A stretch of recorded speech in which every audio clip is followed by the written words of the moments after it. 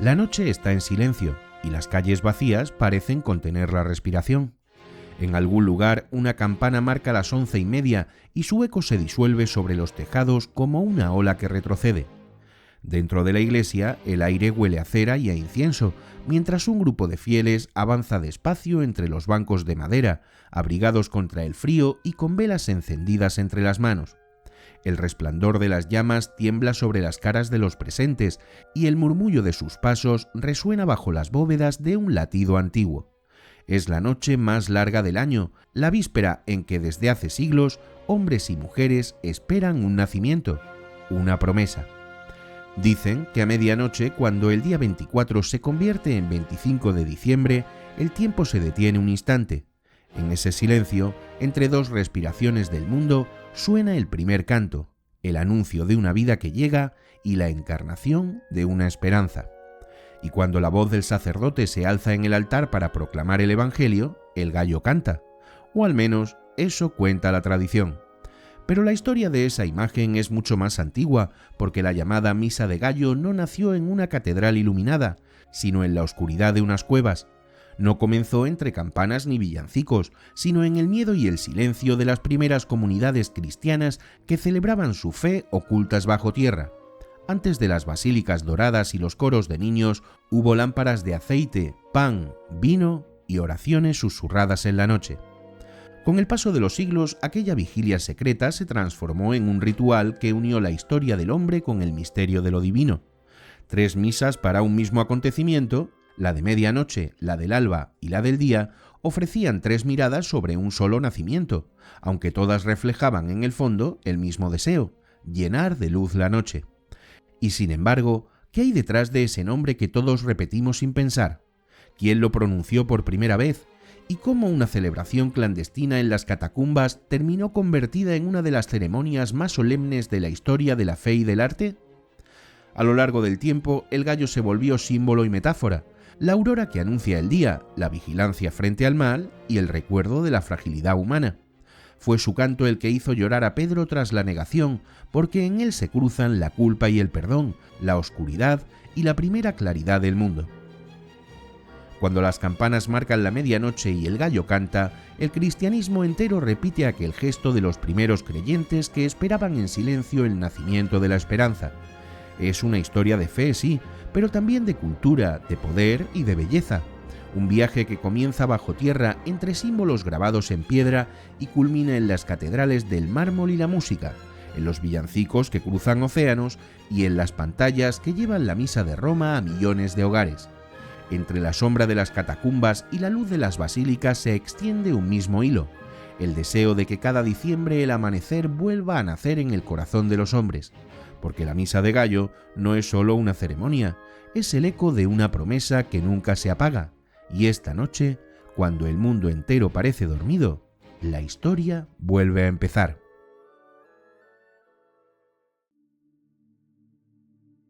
Nos situamos en Roma, en el siglo II después de Cristo. La ciudad más poderosa del mundo es también una de las más vigiladas.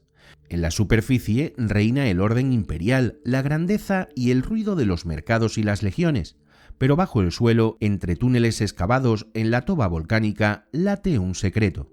Allí, iluminados apenas por lámparas de aceite, hombres y mujeres se reúnen en silencio. No llevan insignias ni banderas, solo un signo trazado con mano temblorosa sobre la pared, la figura de un pez. Son los cristianos. A escondidas descienden por escaleras húmedas hacia esas galerías que sirven al mismo tiempo de cementerio y refugio. Entre tumbas de mártires y antiguas inscripciones en griego y latín celebran la memoria de Jesús. Plinio el Joven, gobernador de Bitinia, escribió al emperador Trajano: se reúnen antes del amanecer para cantar himnos a Cristo como a un Dios y comprometerse a no cometer delito alguno. Aquella carta del año 112 es uno de los primeros testimonios de la liturgia cristiana. Habla de la noche, del secreto y de una comida compartida. Es el germen de lo que siglos después sería la misa. La oscuridad no era solo refugio contra la persecución, era un símbolo.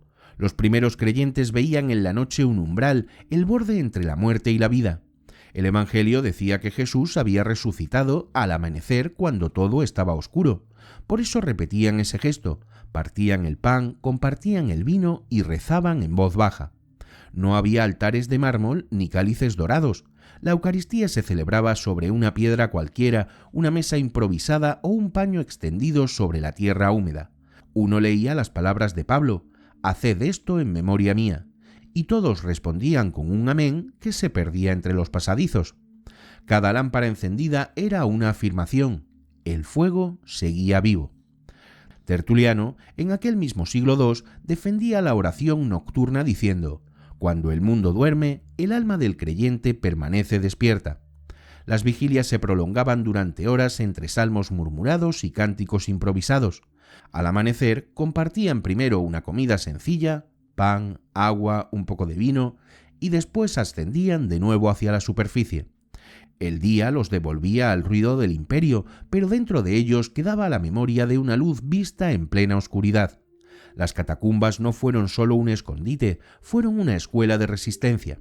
Allí nació el sentido de comunidad y la certeza de que la fe debía vivirse juntos, incluso en el miedo. Cada encuentro era un desafío al poder y un acto de esperanza. Mientras arriba los templos de los dioses brillaban al sol, abajo los cristianos aprendían a celebrar con lo mínimo. Los historiadores litúrgicos llaman a aquel tiempo disciplina arcani, la disciplina del secreto, una norma que prohibía revelar los ritos a los no iniciados. No era solo prudencia, era reverencia. La fe se transmitía de boca a oído, de corazón a corazón. Las oraciones no se escribían, se memorizaban y se vivían. En la catacumba de Priscila, los arqueólogos encontraron un fresco diminuto, una mujer orante con los brazos alzados, flanqueada por un pastor que carga una oveja sobre los hombros. Desgastada por la humedad, esa imagen resume un tiempo entero: fe frágil y esperanza tenaz. Cuando los primeros rayos de sol se filtraban por las grietas del techo, los fieles apagaban sus lámparas y borraban sus huellas. La persecución no había terminado, pero cada amanecer era una pequeña victoria, porque mientras el imperio dormía, la fe había aprendido a respirar en silencio, y esa respiración, lenta, obstinada y viva, acabaría convirtiéndose en el ritmo mismo de la misa. La misa había aprendido a respirar en silencio, pero aún faltaban siglos para que recibiera el nombre que hoy todos pronunciamos sin pensar: la Misa del Gallo. Un nombre curioso, nacido de una historia más antigua que la Navidad misma. En la Roma imperial, la noche se dividía en 4 vigilias, y la última, justo antes del amanecer, se llamaba Gallicinium, la hora del gallo. Era el momento en que, entre las sombras del foro y las primeras luces del día, los gallos comenzaban a cantar. Aquel sonido marcaba la frontera entre la oscuridad y el día, entre el descanso y la acción. Los soldados lo conocían bien. En los campamentos, el gallicinium indicaba el cambio de guardia, el instante en que la noche cedía. Cuando los primeros cristianos heredaron esa división romana del tiempo, situaron su vigilia más sagrada precisamente en ese umbral simbólico, el instante en que el gallo anuncia la luz. De ahí, explican los liturgistas, nació la expresión popular Misa del Gallo, una misa celebrada en la noche pero orientada hacia el amanecer. En los antiguos sacramentarios, el gregoriano o el leonino, se mencionan 3 misas para Navidad: la de la noche, la del alba y la del día. Pero entre el pueblo llano, entre campesinos y pastores, aquella primera celebración recibió un nombre más cercano: la misa cuando canta el gallo. Así, el viejo término latino gallicinium se fundió con la tradición popular y el símbolo quedó unido para siempre a la Nochebuena. El gallo, sin embargo, ya tenía un pasado sagrado antes del cristianismo. En las culturas mediterráneas era emblema de renacimiento. Su canto anunciaba el regreso de la vida tras la noche. En Grecia estaba consagrado a Apolo, dios del sol. En Egipto acompañaba a Ra. En Roma coronaba templos como figura del viento y del destino. El cristianismo no destruyó esos símbolos, los transformó. Simplemente el gallo dejó de cantar al sol para cantar a Cristo, la luz del mundo. Pero también cargaba con una herida. Fue el canto del gallo el que hizo llorar a Pedro tras su negación. Cantó el gallo y el Señor se volvió y miró a Pedro. Recuerda el Evangelio de Lucas. Desde entonces su voz quedó unida al despertar interior, dolor, memoria, perdón y comienzo nuevo. La misa celebrada cuando canta el gallo evocaba tanto el amanecer exterior como el que nace dentro del corazón. Con el tiempo la simbología se hizo visible. Durante la Edad Media, las torres de las iglesias comenzaron a coronarse con gallos de cobre que giraban con el viento. No eran adornos, sino advertencias. Recordaban a los fieles que, como Pedro, podían dormirse en la fe y que el gallo debía despertarlos. De ahí nacieron las veletas con forma de gallo que aún hoy señalan los cielos de Europa, emblemas de vigilancia y de claridad. San Ambrosio lo expresó sin rodeos. El canto del gallo anuncia el fin de las tinieblas. Así también Cristo destruye la noche del pecado y trae el día de la salvación. El gallo se convirtió en un reloj del alma, marcando la hora en que el espíritu despierta. En España, el pueblo adoptó el término sin necesidad de decretos. A la misa nocturna de Navidad se le llamó del gallo simplemente por costumbre, transmitida de generación en generación. Los misioneros llevaron esa palabra a América y a Filipinas, y así el gallo siguió cantando cada 24 de diciembre en todos los horizontes. Hoy casi nadie recuerda que ese nombre guarda 2 milenios de historia, una hora romana, una metáfora solar y un eco evangélico. Pero cada vez que alguien dice «voy a la misa del gallo», repite sin saberlo una verdad universal, que después de la oscuridad siempre canta el gallo, y con su canto llega la luz.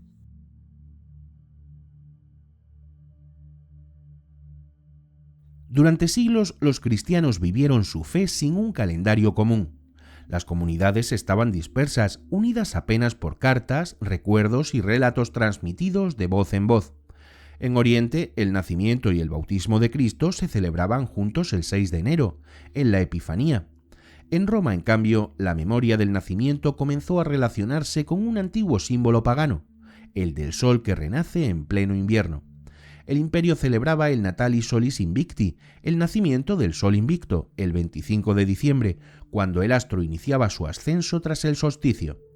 Era la fiesta del regreso de la luz, y cuando en el siglo IV el cristianismo fue reconocido por Constantino, aquella coincidencia cósmica se transformó en una decisión teológica.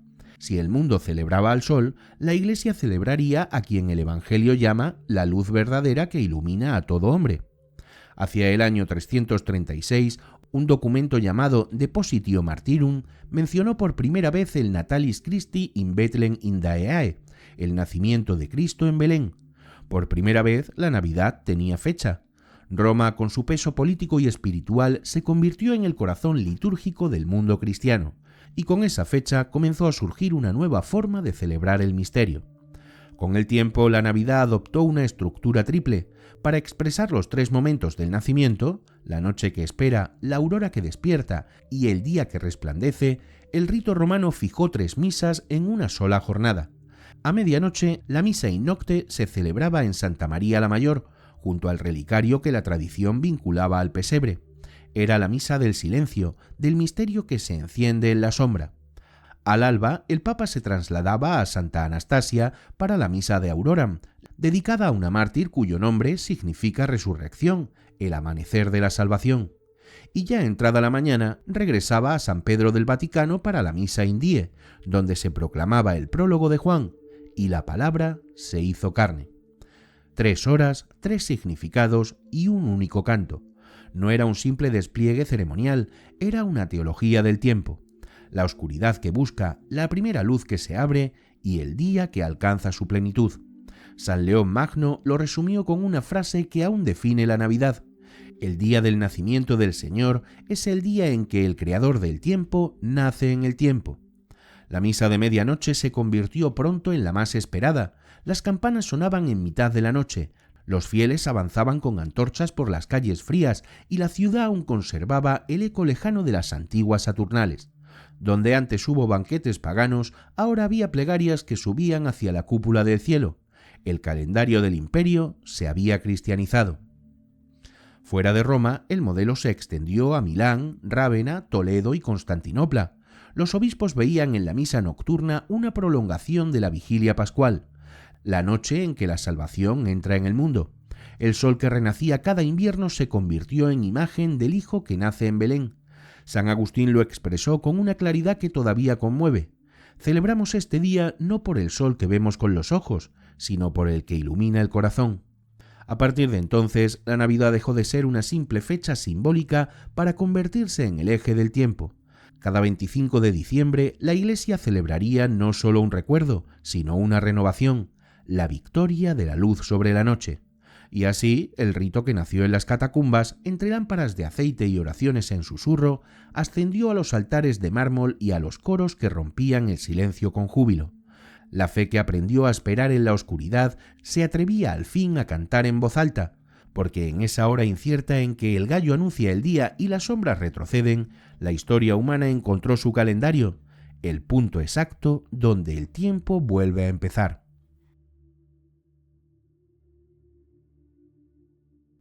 En el corazón de la misa del gallo, antes incluso del canto y del incienso, hay un silencio antiguo, un silencio que parece suspender el tiempo. La Iglesia permanece en penumbra cuando de pronto la voz del lector se eleva y atraviesa la oscuridad. El pueblo que caminaba en tinieblas vio una gran luz. Son palabras de Isaías, escritas 8 siglos antes de Cristo, que la liturgia reserva para ese momento. No son un adorno, ni una cita solemne. Son una profecía que viaja a través de los siglos para abrir la noche de la Navidad. Porque la Misa del Gallo no es solo un rito, es un relato, una historia que ha sido contada incesantemente durante casi 2000 años y que siempre comienza igual, en la oscuridad. En esa noche de diciembre o en cualquier noche interior que cada ser humano atraviesa, la voz del profeta resuena como una promesa dirigida a todos. Los que habitaban en tierra de sombra, una luz brilló sobre ellos. No habla de estaciones ni de astronomía, habla del alma humana, de su miedo, de su búsqueda y de esa chispa que necesita para seguir caminando. Y el cristianismo entendió pronto que esa luz no era una metáfora, sino un rostro. Por eso, cuando el sacerdote levanta el Evangelio en la misa de medianoche, se proclama el texto de Lucas. María dio a luz a su hijo primogénito, lo envolvió en pañales y lo recostó en un pesebre, porque no había sitio para ellos en la posada. No hay discursos ni milagros, solo una escena mínima, un establo humilde, un niño envuelto en pañales, una madre que vela y un padre que guarda silencio. Y fuera, la noche. Toda la teología cristiana cabe en esa imagen, lo divino que llega al mundo en la forma más frágil inimaginable. Lucas recalca que el anuncio del nacimiento no fue dirigido a reyes ni a sabios, sino a unos pastores que vigilaban sus rebaños, mientras velaban en la noche. La revelación ocurre en la oscuridad y solo quien permanece despierto puede escucharla. Por eso, la Misa del Gallo no celebra el amanecer, sino la espera. En los primeros siglos, los fieles llegaban con lámparas de aceite y la Iglesia comenzaba la celebración sumida en una oscuridad total. Solo cuando se proclamaba el Evangelio se encendía la primera vela en el altar, símbolo del niño que llega. Aquella luz pasaba de mano en mano, iluminando la nave lentamente hasta que la penumbra se convertía en claridad. Era un gesto sencillo, pero su teología era profunda. La luz no vence a la noche con violencia, sino propagándose. San Agustín lo explicó con una frase que todavía hoy estremece. El que hizo el sol, nace bajo el sol. El que creó el día, viene en la noche, para que tú no temas a la oscuridad. En sus palabras se encierra la paradoja central del cristianismo. El Creador entra en su creación por el punto más vulnerable. Si Isaías habló de un pueblo que caminaba en tinieblas y Lucas del niño recostado en un pesebre, Juan lleva el mensaje a su expresión más radical. La luz brilla en las tinieblas y las tinieblas no la vencieron. Ese versículo se lee en la misa del día, pero resuena desde la medianoche como si la noche entera fuera un preludio hacia esa certeza final.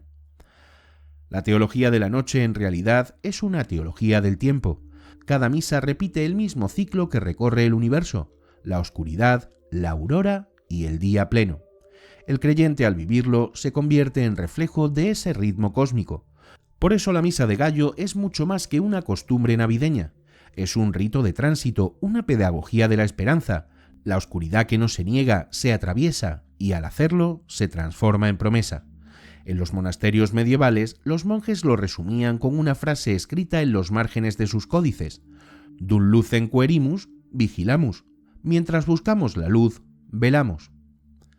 Ese era el espíritu del Adviento, la espera activa, el corazón que permanece despierto en la noche. Cada 24 de diciembre, cuando el sacerdote proclama las lecturas en la penumbra, el tiempo parece detenerse. Las voces de Isaías, de Lucas y de Juan ya no son recuerdos lejanos, sino presencias vivas, y entre sus palabras resuena una verdad silenciosa, que el nacimiento de la luz no ocurre afuera, sino dentro de quien escucha. Porque el milagro que celebra la Misa del Gallo no es solo que un niño haya nacido en Belén, sino que durante un instante cada ser humano vuelve a nacer con él en medio de su propia noche.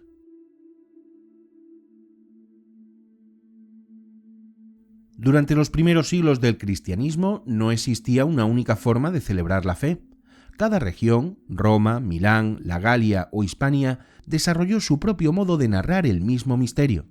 Eran liturgias hermanas, nacidas de una raíz común, pero modeladas por la tierra, la historia y la sensibilidad de sus pueblos.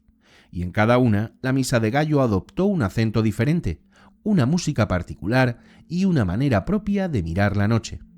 En Roma el rito se elevaba con sobriedad y majestuosidad. Allí la belleza residía en la palabra, en el equilibrio y en la precisión casi arquitectónica de cada gesto. La misa de medianoche en Santa María la Mayor combinaba la solemnidad heredada del imperio con la humildad del pesebre. El Papa avanzaba entre cirios encendidos, vestido de blanco y oro, mientras el coro entonaba el Gloria in excelsis Deo. La luz del altar no solo iluminaba la nave, iluminaba también la mente de quienes la contemplaban, marcando un ritmo espiritual que hacía de la misa una especie de amanecer interior. En Milán, en cambio, el rito ambrosiano respiraba otro tono. Allí la influencia de San Ambrosio se sentía en cada detalle, en los cantos más graves, casi meditativos, en el ritmo pausado y en la liturgia que invitaba a bajar la voz y a mirar hacia adentro. La Navidad no se celebraba exactamente el 25 de diciembre, sino unos días después, al final del Adviento, como si la ciudad quisiera prolongar el silencio antes de encender la luz. Mientras Roma representaba la universalidad, Milán ofrecía la intimidad de una ciudad que rezaba al compás de sus campanas. En la Galia, el rito galicano mezclaba lo romano con lo celta, y su estilo era más simbólico, más participativo y más emocional. Procesiones, incienso, himnos, salmos intercalados, todo parecía buscar que el nacimiento no solo se escuchara, sino que se viera y se respirara. El Missale Gallicanum conserva oraciones que hablan de la noche en la que la luz nació del silencio, una expresión que revela el tono místico y poético de unas comunidades que vivían la Misa del Gallo como un fuego encendido en medio del invierno. Más al oeste, Hispania desarrolló un rito propio de sorprendente fuerza poética, el rito hispano-mozárabe. Nacido en tiempos visigodos, mantuvo una estructura más libre que la romana. Las oraciones eran largas, la música rica en ornamentación y la participación del pueblo intensa y viva. La misa de la Natividad, celebrada muchas veces antes del amanecer, estaba llena de antifonías y aclamaciones en las que el sacerdote cantaba y los fieles respondían casi como si entonaran un viejo himno popular. El Liber Mozarabicus Sacramentorum conserva una plegaria que resume ese espíritu de un modo luminoso. Oh Dios, que esta noche hiciste vibrar la verdadera luz, concede a tus hijos que nunca se apaguen sus lámparas. Era un diálogo entre la sombra y la llama, una manera de convertir la noche en una promesa. Durante la Edad Media, esta diversidad coexistió en un equilibrio fértil. Un viajero podía asistir a una misa romana en una catedral y semanas después encontrarse con una galicana en una abadía, completamente distinta en forma, pero idéntica en sentido. El cristianismo, todavía joven, hablaba en varios dialectos litúrgicos, como una lengua viva que ensayaba distintas maneras de decir lo mismo. A partir del siglo XI, Roma inició un proceso de unificación. El papado comprendió que la unidad litúrgica era también una forma de unidad política. Los monjes de Cluny llevaron el modelo romano por toda Europa y poco a poco las antiguas variaciones fueron desapareciendo. Pero algunas sobrevivieron. El rito ambrosiano en Milán, orgulloso de su identidad, y el mozárabe en Toledo, protegido siglos después por el cardenal Cisneros, que se negó a dejarlo morir. Cada uno dejó su huella. Del romano heredamos la estructura, del ambrosiano la introspección, del galicano el fervor popular y del mozárabe la poesía. Por eso la misa de medianoche conserva algo de todos ellos: orden y emoción, palabra y canto, y misterio y humanidad entrelazados.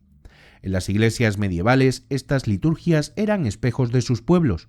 Donde había silencio profundo se escuchaba la voz de Roma, donde resonaban melodías vivas se oía la Galia, donde el incienso se mezclaba con el olor a tierra respiraba Hispania. La misa del gallo se convirtió en un idioma común pronunciado con distintos acentos, una lengua de fe que cada región modulaba con su propio ritmo. Y aunque Roma terminó imponiendo su norma, la diversidad nunca desapareció del todo, porque la fe, como la música, sobrevive en la interpretación. Y cada 24 de diciembre, cuando suenan las campanas y el mundo se reúne en torno a la noche, cada tierra vuelve a decir lo mismo con sus palabras y su manera de sentir: que la oscuridad nació de la luz.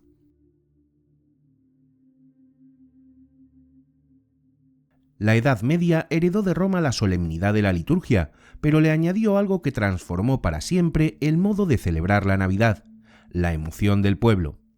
A partir del siglo IX, las iglesias europeas comenzaron a llenarse de color, de música y de una vitalidad nueva.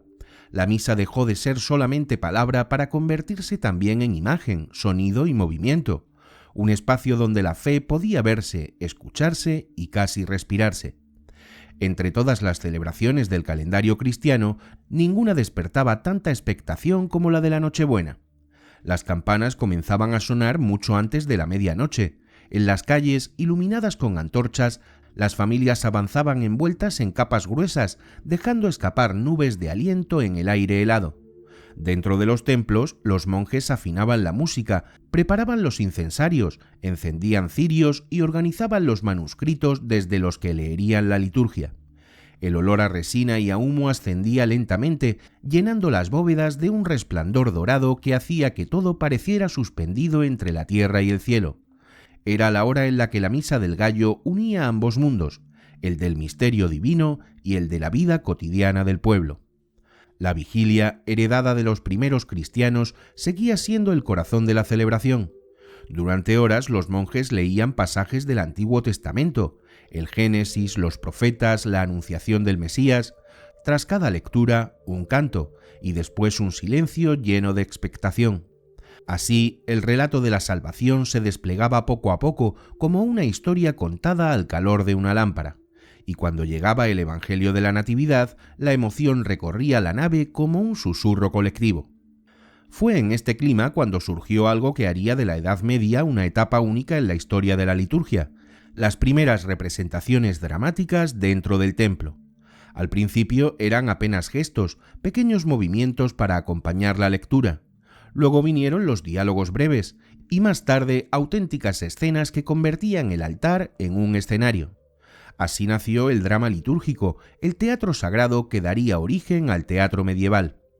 Uno de los textos más antiguos es el Quen Quaeritis, ¿a quién buscáis?, originalmente asociado a la Pascua, pero cuyo espíritu pronto alcanzó también las celebraciones navideñas. El anuncio del ángel, la adoración a los pastores o los cantos de gloria, todo podía representarse, todo podía cobrar vida. El coro se convertía en cielo, los monjes en pastores o ángeles, y el pueblo en testigo directo del milagro. En la abadía de San Galo, en el siglo X, se representaban escenas del nacimiento con figuras, cánticos y procesiones, y en Cluny el abad Odilon mandó componer himnos específicos para la Nochebuena que luego se difundieron por toda Europa. La misa se transformó en un relato vivo, una historia encarnada. En este contexto surgió también la calenda, la solemne proclamación del nacimiento de Cristo. Antes de iniciar la misa de medianoche, un diácono subía al ambón y leía: en el año 752 de la fundación de Roma, en la 42ª del imperio de Octavio Augusto, nació en Belén de Judá, de la Virgen María, Jesús, Hijo de Dios eterno. Era como encender una antorcha en medio del invierno. De pronto la eternidad tenía fecha, coordenadas y sentido histórico. Mientras el arte gótico elevaba los templos hacia el cielo, los vitrales narraban en color lo que el pueblo escuchaba en latín. Los retablos tallados en madera daban forma a escenas que ya se conocían de memoria, y la música, cada vez más elaborada, acompañaba la liturgia como un río luminoso. De los monasterios comenzaron a surgir los primeros villancicos, que no eran todavía canciones populares, sino versos en lengua vernácula intercalados entre los cantos latinos para que el pueblo comprendiera mejor el misterio. Con el tiempo, esos estribillos salieron del templo y se cantaron en las plazas, junto a hogueras encendidas y bailes que celebraban no solo la fe, sino también la vida. La misa del gallo ya no era solo un rito, era una fiesta, una expresión colectiva de alegría. En muchas regiones la misa de medianoche terminaba con un banquete sencillo en los atrios. Se compartía pan, vino caliente, sopas y dulces. Los nobles aprovechaban para ejercer la caridad, los pobres para sentir, aunque fuera por una noche, el calor de una comunidad que los acogía.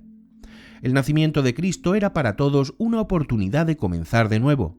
San Bernardo de Claraval lo expresó con una claridad que aún conmueve. Hoy Dios no solo nace en Belén, sino en cada corazón dispuesto. Con el paso del tiempo, el pueblo quiso acercar aún más el misterio a su vida cotidiana. Surgieron entonces representaciones del nacimiento fuera del templo, en claustros, atrios, plazas o mercados. Niños disfrazados de pastores, animales reales, luces y pequeñas escenas que convertían la historia sagrada en algo palpable. El teatro y la fe se unieron en una misma llama, y de esa llama nacería una de las imágenes más universales de la Navidad, el pesebre. Una historia que tendría su origen en una noche de invierno en las montañas de Greccio y en un hombre que quiso devolverle a la misa su rostro más humano, Francisco de Asís.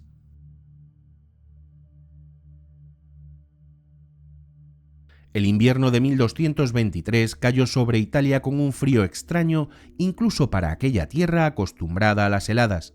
En los valles del Lacio, la nieve cubría los senderos y los lobos bajaban de las montañas buscando aliento. En Greccio, un pequeño pueblo anclado en la roca, vivía un hombre destinado a cambiar para siempre la manera en que el mundo imaginaría la Navidad, Francisco de Asís. Hace años que había renunciado a todo lo que poseía. Ahora vivía entre los pobres, comía con ellos, curaba a los enfermos y hablaba al viento con una humildad que casi desconcertaba tanto como inspiraba. Su evangelio era sencillo, casi desnudo: vivir como Cristo, sin oro, sin privilegios y sin miedo. Pero cuanto más crecía su fama, más le inquietaba que la fe se convirtiera en espectáculo. Necesitaba recordar y recordarles a todos que Belén no había sido un templo, sino una cueva.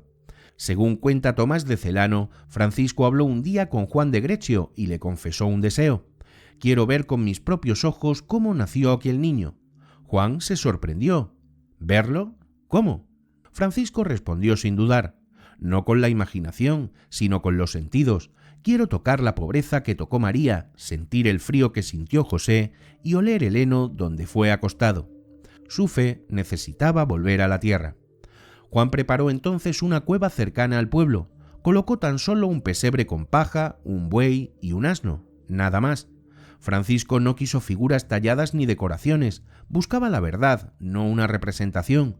La noche del 24 de diciembre, los vecinos de Greccio subieron por el sendero nevado con antorchas en las manos, iluminando la montaña con un resplandor rojizo.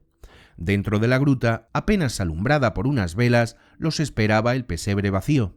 Francisco, envuelto en su túnica áspera, se arrodilló ante él y comenzó a recitar el Evangelio de memoria, con una voz temblorosa que parecía arrastrar consigo todos los inviernos de la historia. Cuando llegó el pasaje de los pastores, uno de los hermanos colocó un niño sobre el heno. Un silencio absoluto recorrió la montaña. Solo se oyó el viento golpeando la roca. Celano cuenta que al ver al niño, Francisco lo estrechó entre sus brazos con una ternura tan profunda que muchos creyeron ver al pequeño sonreír. Era como si el misterio se hubiera vuelto carne otra vez. La misa se celebró allí mismo, sobre una piedra improvisada como altar. El sacerdote consagró el pan y el vino mientras los aldeanos sostenían sus antorchas y el humo de las velas se mezclaba con el aliento frío del invierno. No había oro, no había mármol, solo un pesebre, unas manos temblorosas y un pueblo pequeño cantando en la nieve. Pero lo que sucedió aquella noche cambió para siempre la mirada del cristianismo. Francisco había comprendido que la teología más honda no se enseña con tratados, sino con gestos. Su Belén no era una escenografía, sino una oración hecha vida. El relato de Greccio se extendió como un fuego por toda Italia y luego por Europa. Monasterios, aldeas y catedrales comenzaron a reproducir la escena, primero con pesebres de paja y luego con figuras de barro y madera. La misa de medianoche ya no era solo palabra, tenía un rostro. Lo invisible había encontrado forma. En el arte el impacto fue inmenso. La pintura dejó de mirar el nacimiento desde la perspectiva celestial y descendió al suelo del establo. Giotto, Cimabue, Frangélico, todos heredaron ese impulso franciscano, mostrar la divinidad en la ternura y revelar la grandeza en la pobreza. En las iglesias, el pesebre se convirtió en un segundo altar, un recordatorio silencioso de que la gloria de Dios no está en la altura, sino en la humildad. Los frailes franciscanos replicaron la escena de Greccio en pueblos de toda Europa. Los niños llevaban paja, las mujeres encendían velas, los hombres sacaban animales del establo para colocarlos junto al pesebre. La misa ya no pertenecía solo al clero, pertenecía al pueblo entero. Era el espíritu de las catacumbas renacido, pero ahora colmado de alegría. San Buenaventura escribiría más tarde: Francisco enseñó al mundo que la fe debe ser vista para ser comprendida, tocada para ser amada. Y tenía razón. Aquella noche en la gruta devolvió al cristianismo algo que había perdido entre los mármoles y las coronas: el asombro. Cuando terminó aquella primera misa, el pueblo descendió en silencio por la nieve. Nadie hablaba, el bosque murmuraba alrededor y el frío entumecía las manos. Pero todos sabían que habían sido testigos de algo irrepetible. La fe había vuelto a tocar la tierra. Y desde esa noche, cada vez que una vela se enciende ante un pesebre, una parte del espíritu de Greccio vuelve a respirar, porque fue allí, entre piedra y paja, donde la misa del gallo encontró su rostro más humano, el de la ternura. El eco de Greccio cruzó los Alpes como un soplo cálido en invierno y llegó a la península ibérica, donde encontró un corazón dispuesto a recibirlo. En España, la Navidad se convirtió en una fiesta de vida, de canto y de comunidad, y en el centro de todo seguía latiendo la Misa del Gallo. Durante los siglos XVI y XVII, la liturgia hispana vivió un esplendor sin igual. Las grandes catedrales eran auténticos teatros de luz y sonido, órganos colosales que temblaban como mares, coros polifónicos que parecían descender del cielo y ministrales que llenaban el aire con chirimías, sacabuches y cornetas. Pero al caer la Nochebuena, aquel mundo solemne se transformaba en un estallido de júbilo. Era la única noche del año en la que lo divino y lo humano se abrazaban sin temor.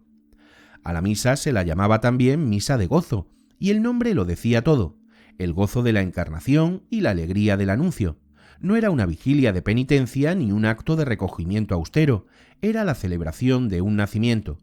Las familias acudían con candiles y capas gruesas, los niños llevaban panderetas, los pastores bajaban de los montes con rabeles y zambombas. En las catedrales los músicos se organizaban en los balcones del coro y cuando el órgano abría el Gloria in excelsis Deo, todo el templo estallaba en luz. Las campanas repicaban a medianoche, el incienso ascendía en espirales doradas y el aire se llenaba de un aroma mezcla de cera, vino dulce y fervor. El villancico, nacido del barroco español, era el idioma perfecto para esa noche. Mezclaba lo sagrado y lo cotidiano con naturalidad, la risa de los niños, la nieve sobre los tejados, el frío del campo y los pastores que corrían hacia el pesebre. Grandes compositores como Juan de la Encina, Francisco Guerrero o Gaspar Fernández escribieron piezas que pasaban del coro a la plaza, del altar al hogar. De la misa nacía la fiesta y de la fiesta el recuerdo. La música no se quedaba en los templos, bajaba a las calles, se colaba en las casas y se repetía alrededor de las hogueras. En los pueblos la misa terminaba con pan y vino compartidos. Los pastores llegaban con sus zambombas, tocadas con manos endurecidas por el invierno, y sus coplas llenaban la noche de humor y devoción. El sonido profundo de la zambomba, instrumento de los humildes, parecía la misma voz de la tierra respondiendo al cielo. Aquel contraste entre la solemnidad del templo y la alegría popular no era contradicción, sino armonía. Los teólogos del siglo de oro hablaban de la devotio laetitiae, la devoción alegre. Dios había querido sonreír y el pueblo supo responder con una sonrisa. En los conventos, las monjas componían villancicos delicados, íntimos y escritos para una sola voz, pequeños tesoros musicales que hablaban de ternura y cercanía. En los palacios, los nobles encargaban misas polifónicas que llenaban las capillas de cascadas de armonía. El contraste era inmenso, pero la emoción idéntica. Porque en España la Nochebuena fue siempre más que una fecha, fue un encuentro, una mesa compartida, una llama que se enciende y una canción que atraviesa generaciones. Y en el centro de todo, la misma certeza que desde hacía siglos unía al pueblo bajo las bóvedas de piedra, que la noche más larga del año, la luz volvía a nacer.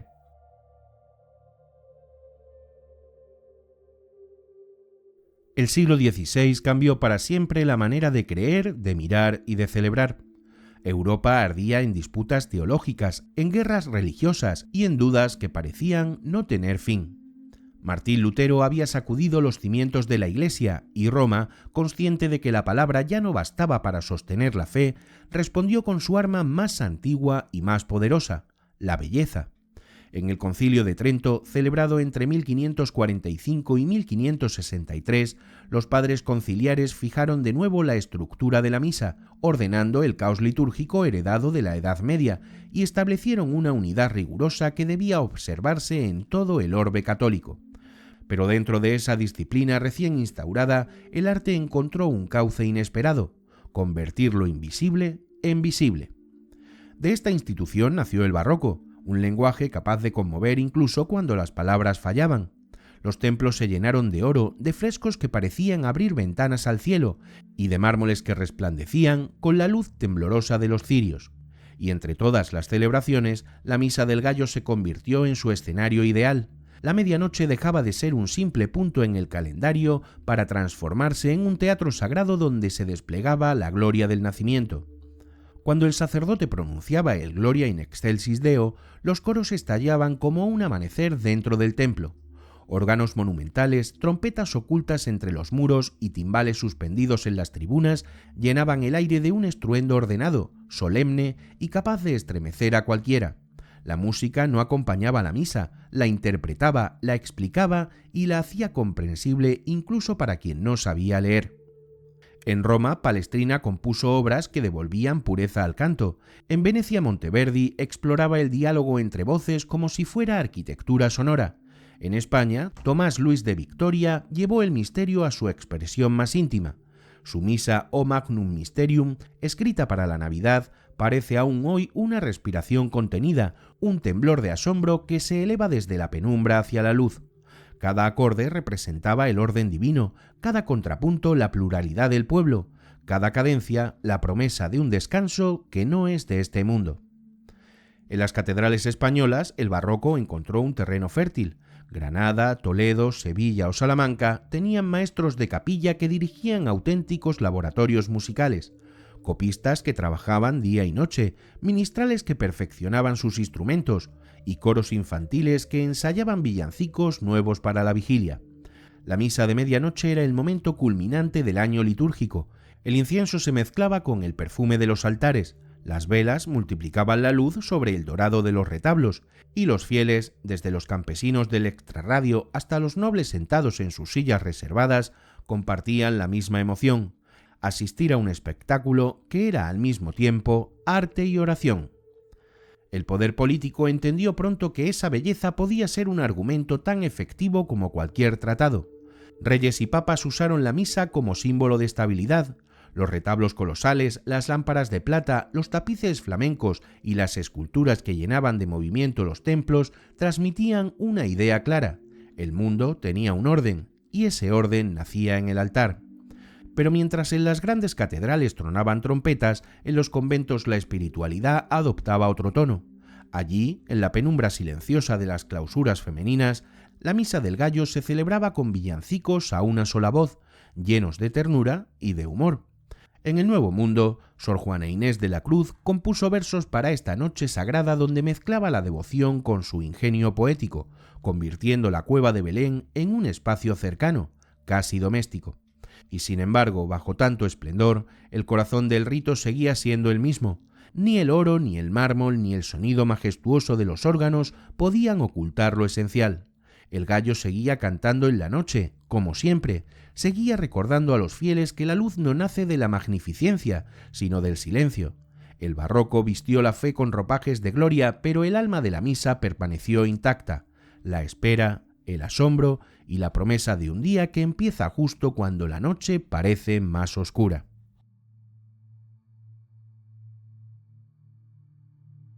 El siglo XIX amaneció con un espíritu nuevo. Después del esplendor barroco y de las heridas abiertas por las guerras napoleónicas, Europa buscó consuelo en la intimidad. Las grandes catedrales dejaron de ser el único escenario del misterio y el hogar empezó a ocupar su lugar. El fuego del altar se trasladó al fuego de la chimenea y la fe, sin perder su solemnidad, se volvió doméstica. Las familias se reunían cada 24 de diciembre junto al árbol, el Belén y la mesa preparada para la cena. La misa del gallo seguía siendo el centro de la noche, pero ahora tenía otro rostro: el de la ternura, el de la cercanía y el de la nostalgia que mira hacia lo alto desde lo cotidiano. Fue en ese clima cuando una melodía sencilla cambió para siempre el sonido de la Navidad. En 1818, en el pequeño pueblo austriaco de Oberdorf, el sacerdote Joseph Mohr escribió un poema titulado Stille Nacht. El órgano de la iglesia estaba estropeado, así que el maestro de escuela, Franz Xaver Gruber, tomó su guitarra y compuso una música breve, humilde y capaz de sostener la voz. Aquella noche, durante la misa de medianoche, los dos hombres cantaron juntos: Noche de paz, noche de amor. Nadie podía imaginar que esa melodía, nacida de la pobreza y del silencio, se convertiría en el himno más universal de la Navidad. Traducida a cientos de lenguas, Noche de Paz transformó la liturgia, sustituyó el esplendor coral del barroco por la voz íntima de la ternura. Por primera vez, la fe se cantaba con palabras que cualquier corazón podía comprender. A medida que avanzaba el siglo, la Iglesia comprendió que la modernidad traía nuevas soledades. Las ciudades crecían, los trenes imponían otros ritmos y las fábricas no dormían. La misa del gallo se volvió un refugio emocional, un punto de encuentro entre el mundo antiguo y el nuevo. Incluso quienes no creían asistían esa noche al templo, movidos por algo más profundo que la tradición: la necesidad de volver a creer, aunque solo fuera durante una hora.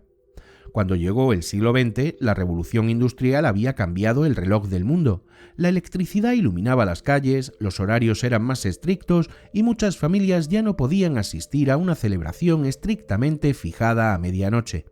Entonces, Roma dio un paso que parecía impensable: mover la hora del nacimiento.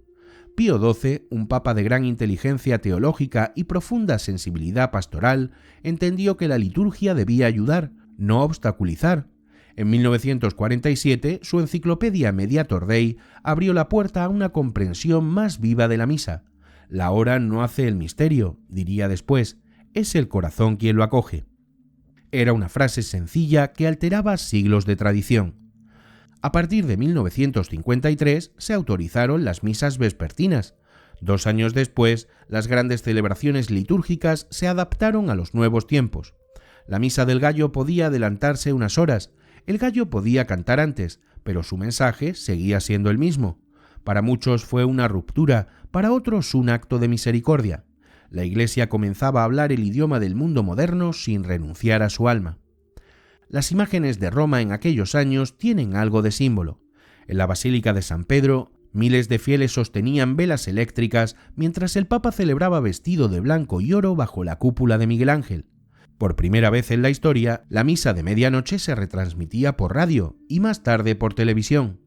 El rito que había nacido en la clandestinidad de las catacumbas entraba ahora en los hogares del planeta. El altar de Belén se hacía global.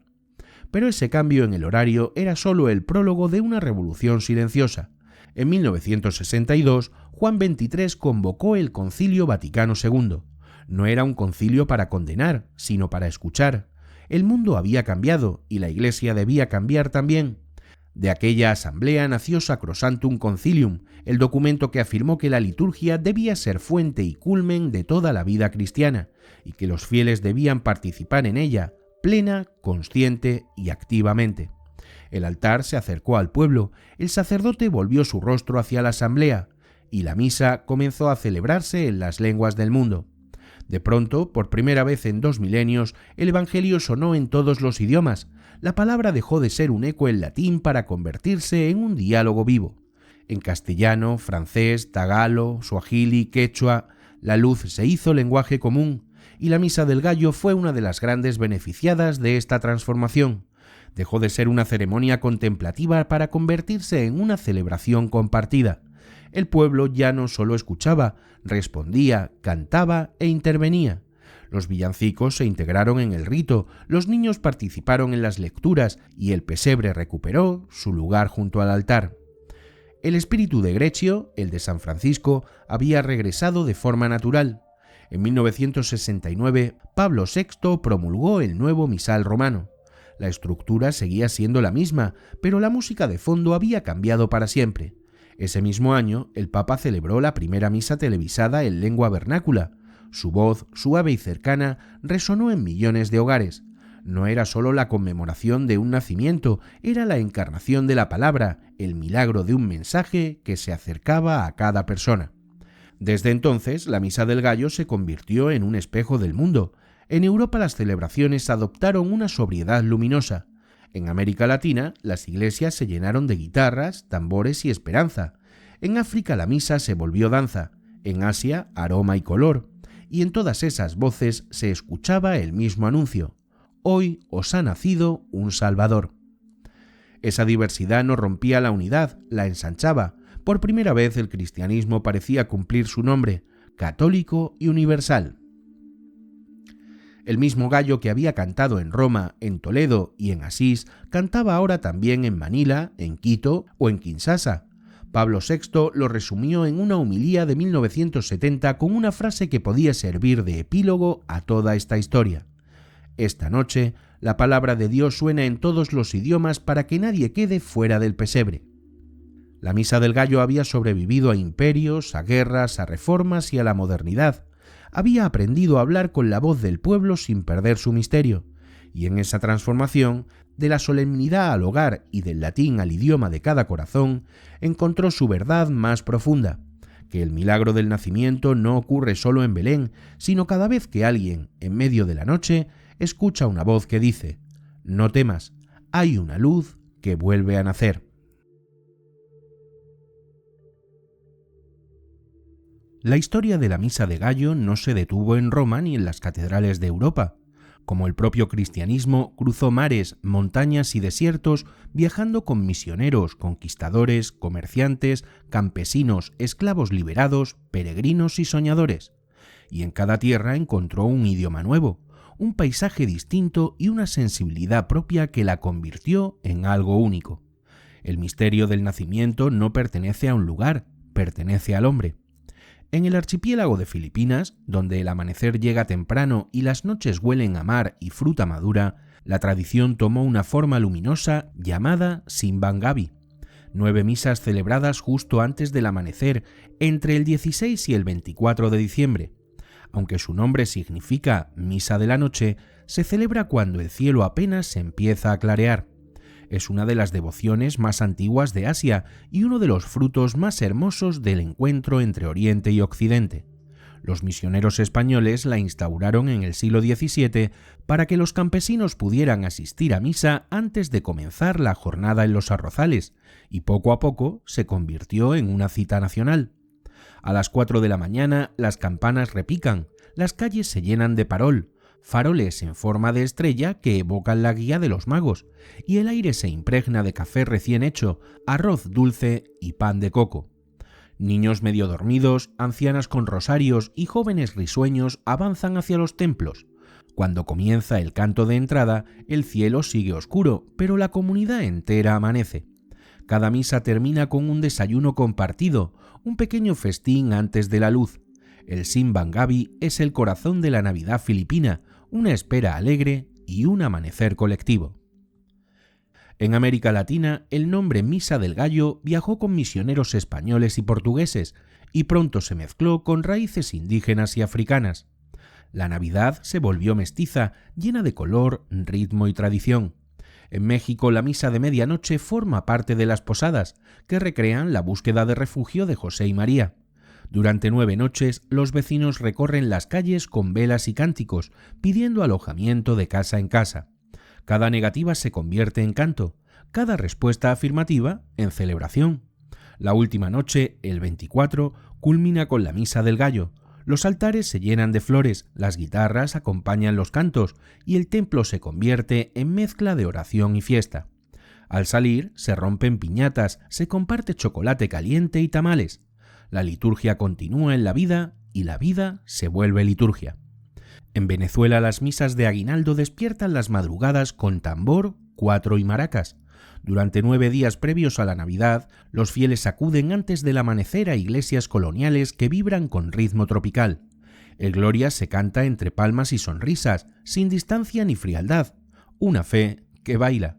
Los sacerdotes no la reprimen, la celebran. Dicen que así suena el Evangelio cuando el pueblo lo hace suyo. En el Caribe la misa se celebra muchas veces al aire libre, bajo un cielo inmenso y una brisa que huele a sal. En Puerto Rico los aguinaldos se cantan con guitarras y güiros. En República Dominicana con tambores. En Cuba con sones y claves. Cada isla tiene su propio gallo que canta a su hora.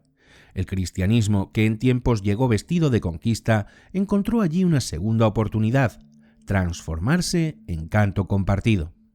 En los Andes la Navidad se une a la herencia quechua y aymara. Las procesiones suben desde los valles con animales decorados, músicos que tocan zampoñas y charangos y ofrendas de frutas, flores y granos de maíz colocadas en el altar. El niño viste un pequeño poncho, la Virgen lleva trenzas, el pesebre se cubre de lana y colores andinos. No es folclore, es identidad. La fe traducida al lenguaje de la tierra. La misa ya no pertenece a Roma, pertenece a la comunidad que la vive. En Brasil, las celebraciones de medianoche, la Misa do Galo, unen a creyentes y no creyentes. El nombre conserva el símbolo universal del gallo, pero su canto anuncia también la reunión familiar. Tras la misa, la cena de Nochebuena reúne a la familia en torno a la mesa, y el primer brindis se hace "Pela luz do menino Deus", por la luz del niño Dios. En África los templos rebosan de color y alegría, las mujeres acuden con vestidos de cera estampada, los coros cantan con percusión y danza, y la misa se transforma en una explosión de vida. Los himnos se acompañan de palmas, las homilías se entrelazan con música, todo vibra con una oración en movimiento. La noche de la Natividad se celebra allí como el nacimiento de toda esperanza. Cada una de estas formas tan diversas y tan vivas guarda el eco de un principio antiguo. La fe no se impone, se encarna. La Misa del Gallo no es un formato litúrgico, sino una manera de mirar el mundo, donde una comunidad se une, donde una vela se enciende y donde un canto atraviesa la noche, allí está. El siglo XXI ha convertido este rito en un fenómeno verdaderamente global. En Manila, en México, en Madrid, en Nairobi o en Buenos Aires, la misa de Nochebuena se transmite por televisión e Internet. El Papa celebra en Roma, pero las pantallas repiten el mismo gesto en todos los idiomas. En unos lugares hay nieve, en otros tormentas o calor tropical, y en cada uno la misma frase resuena con acentos distintos: "Hoy ha nacido un Salvador". Esa es la fuerza del rito, unir lo que el mundo separa. Cada cultura añade su color, su música y su alegría, pero ninguna cambia el fondo, porque el gallo sigue cantando en todas las lenguas y el amanecer sigue llegando a todos los horizontes. La misa del gallo ha llegado de las catacumbas a las catedrales y de las catedrales al mundo entero, pero en el fondo sigue siendo lo mismo: un pueblo que en medio de la noche se levanta a cantar.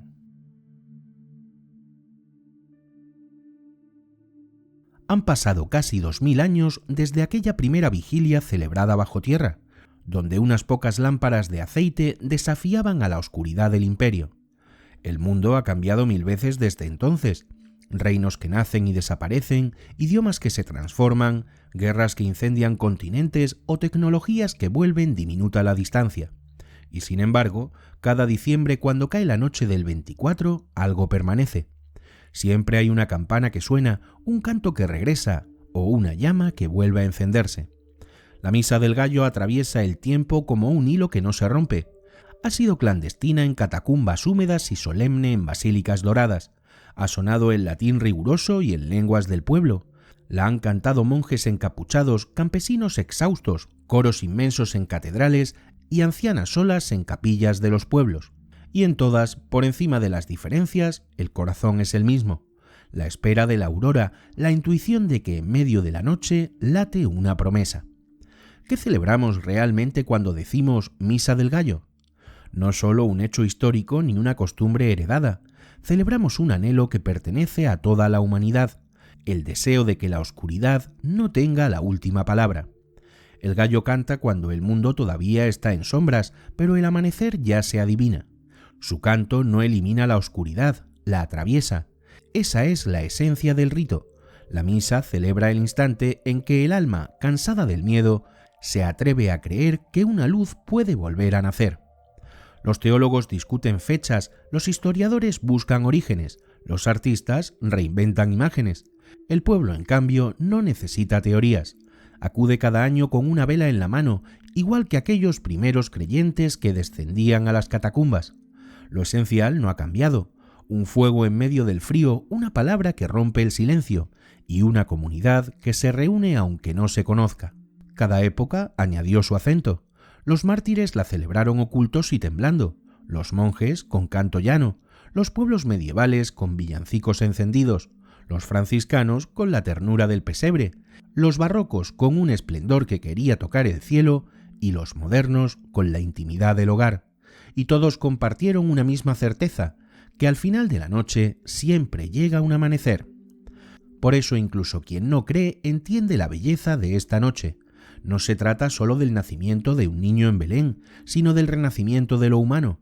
La misa del gallo ocurre cada vez que alguien enciende una vela en la oscuridad, cuando una familia brinda unida, cuando un anciano escucha una campana en la madrugada y siente que todavía queda esperanza. Cuando suenan las campanas, nadie piensa en concilios ni en papas. Todos comparten la misma respiración, la de quienes durante siglos velaron esperando la primera claridad. Las velas, las voces, los silencios y los cantos forman un mismo gesto antiguo. Ese es el milagro real. El rito sigue vivo porque su mensaje no envejece. Habla del miedo, de la esperanza y del deseo de recomenzar.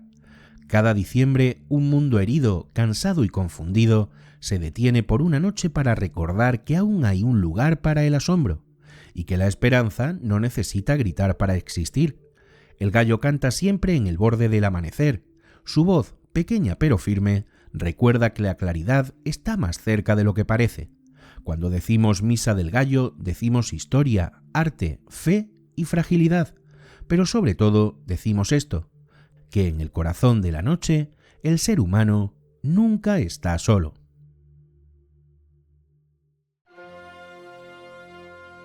La misa ha terminado y las campanas siguen resonando en la distancia, mezclándose con el murmullo del viento que se cuela por la puerta entreabierta. Camino despacio hacia el exterior. El aire es frío, casi inmóvil, y el cielo empieza a perder oscuridad.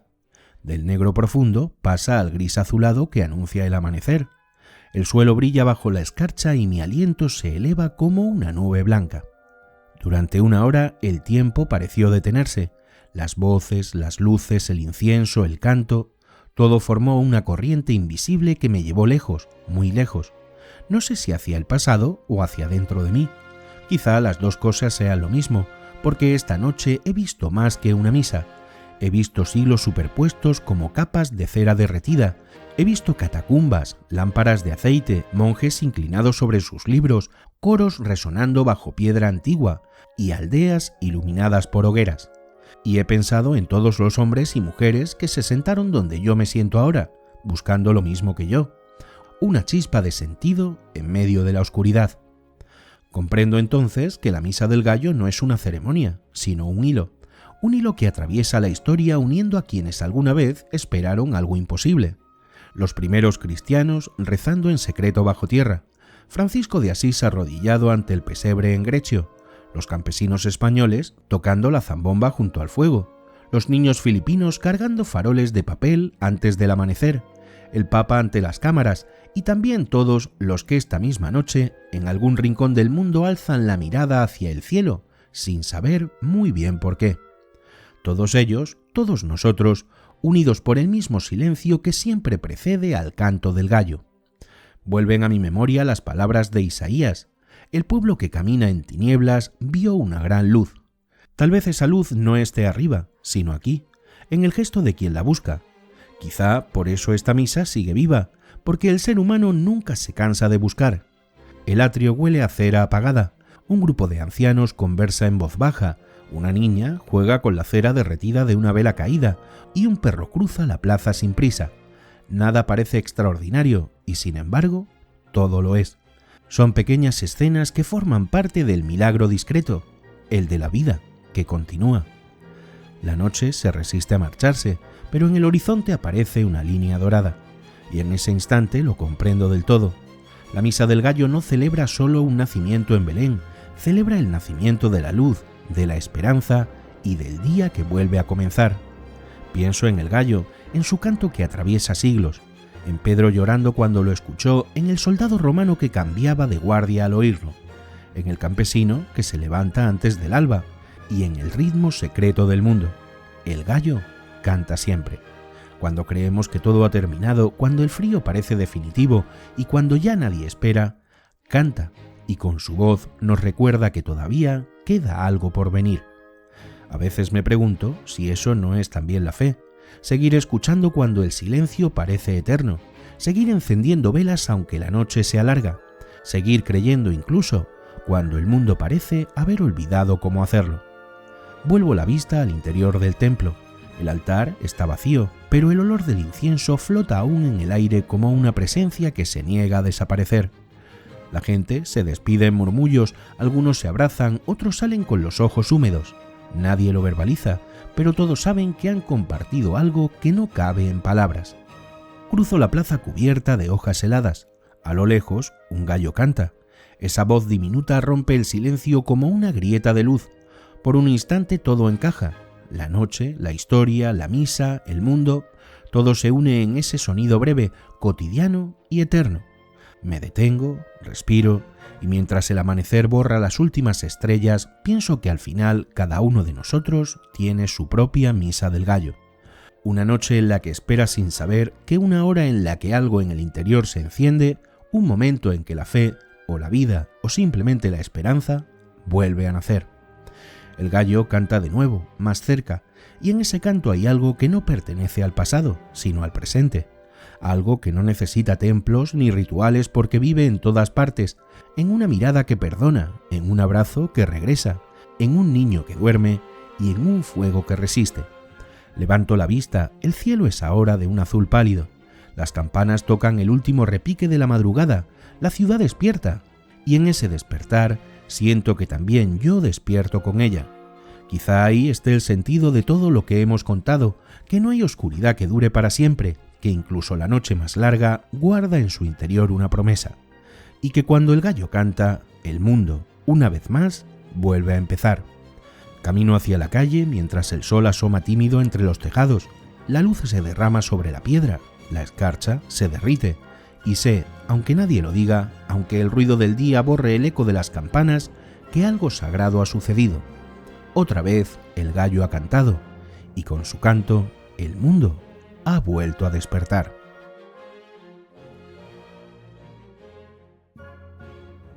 Gracias por llegar hasta aquí. Si te ha gustado el vídeo, dale a like, compártelo y deja en comentarios si tienes dudas, lo que más te ha removido e incluso lo que menos te ha gustado. Es como más nos ayudas a seguir creciendo. Y si no quieres perderte nuestra próxima investigación, suscríbete y activa la campanita. Nosotros nos quedamos removiendo el pasado para nuestro próximo vídeo. ¡Hasta la vista!